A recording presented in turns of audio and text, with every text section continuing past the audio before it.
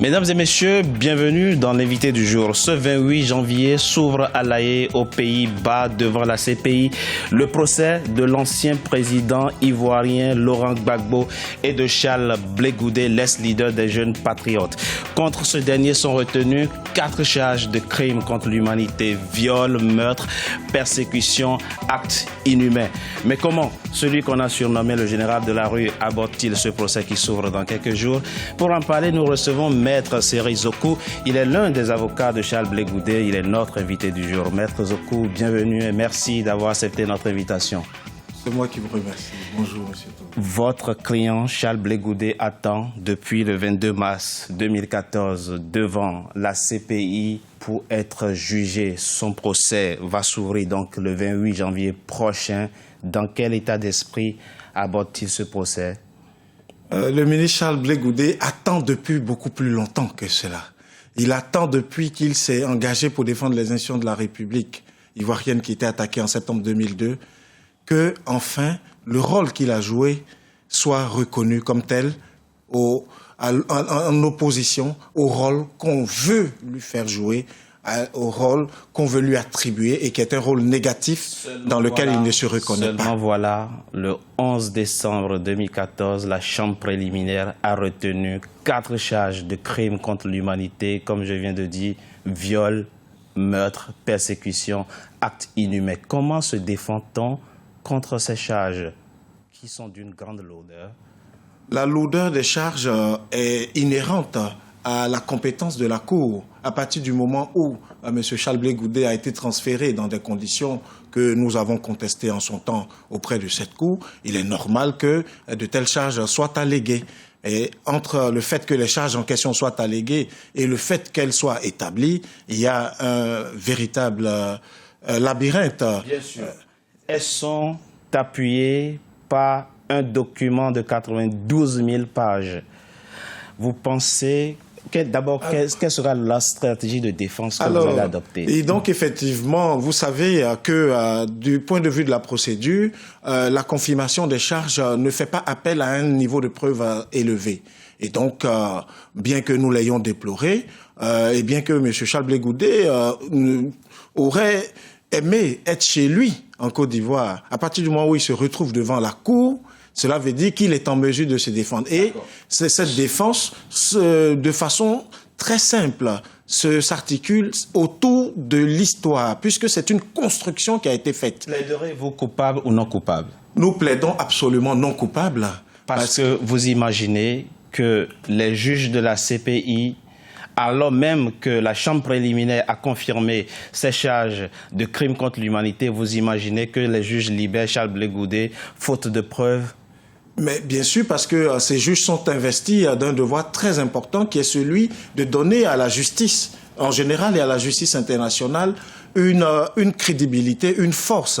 Et pour notre part, au regard des contre-preuves que nous apportons et qui s'opposent en réalité à ce qui n'est pas des preuves, mais des souhaits de preuves de la part du procureur, nous pensons que la balance va pencher en notre faveur parce que la juridiction aura enfin les éléments concrets entre les mains. Et ces éléments s'articulent autour d'actes très précis reprochés à M. Charles Blé Goudé dans le cadre des 4 chefs d'accusation dont vous parlez et qui sont contredits par les faits. Maître Zokou, vous pensez que les 3000 victimes de la crise post-électorale 2010-2011 en Côte d'Ivoire, que Charles Blé Goudé n'a aucune responsabilité? La question des 3000 victimes dont on parle régulièrement est une évaluation. Et le processus dans lequel nous sommes... Même si c'était 1000 victimes... Non, je ne parle pas du nombre.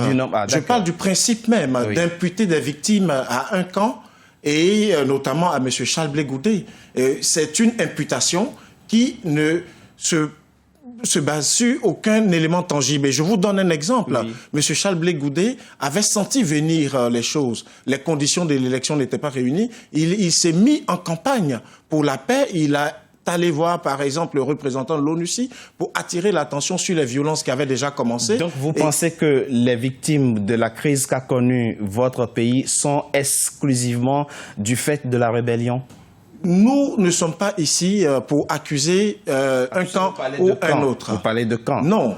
Nous ne sommes pas là pour accuser qui que ce soit. Il appartient à la justice, comme nous l'avons dit, de faire la part des choses. Et en ce qui concerne M. Blé Goudé, il n'était ni chef d'une bande armée, il n'était ni en charge des forces armées ivoiriennes, il était simplement un acteur de la société civile dont les actions sont connues. C'est-à-dire que M. Blé Goudé, par exemple, dès 2002, a organisé des manifestations et celles que lui il a organisées ne se sont soldées à aucun moment par des débordements. Donc, votre stratégie de défense, c'est de refuter les unes après les autres les preuves rassemblées par le bureau de la procureure Fatou Bensouda? Il n'y a même pas de stratégie à faire. Il y a une histoire, puisque le procureur, dans son document que vous connaissez, a repris des faits en leur donnant certainement une autre connotation. Il suffit de les confronter. Je vous donne un exemple très précis. La question de Blé Goudé anti-français qui aurait appelé à ce que chacun ait son petit français à tuer, au moment de la confirmation des charges, cela a volé en éclats et il s'est avéré de la reconnaissance même du procureur que, en réalité, il avait été accusé à tort. Donc il y a eu toute une construction d'une image et il ne s'agit pas pour nous de dire que nous cherchons une réhabilitation. Nous cherchons simplement à revenir aux faits.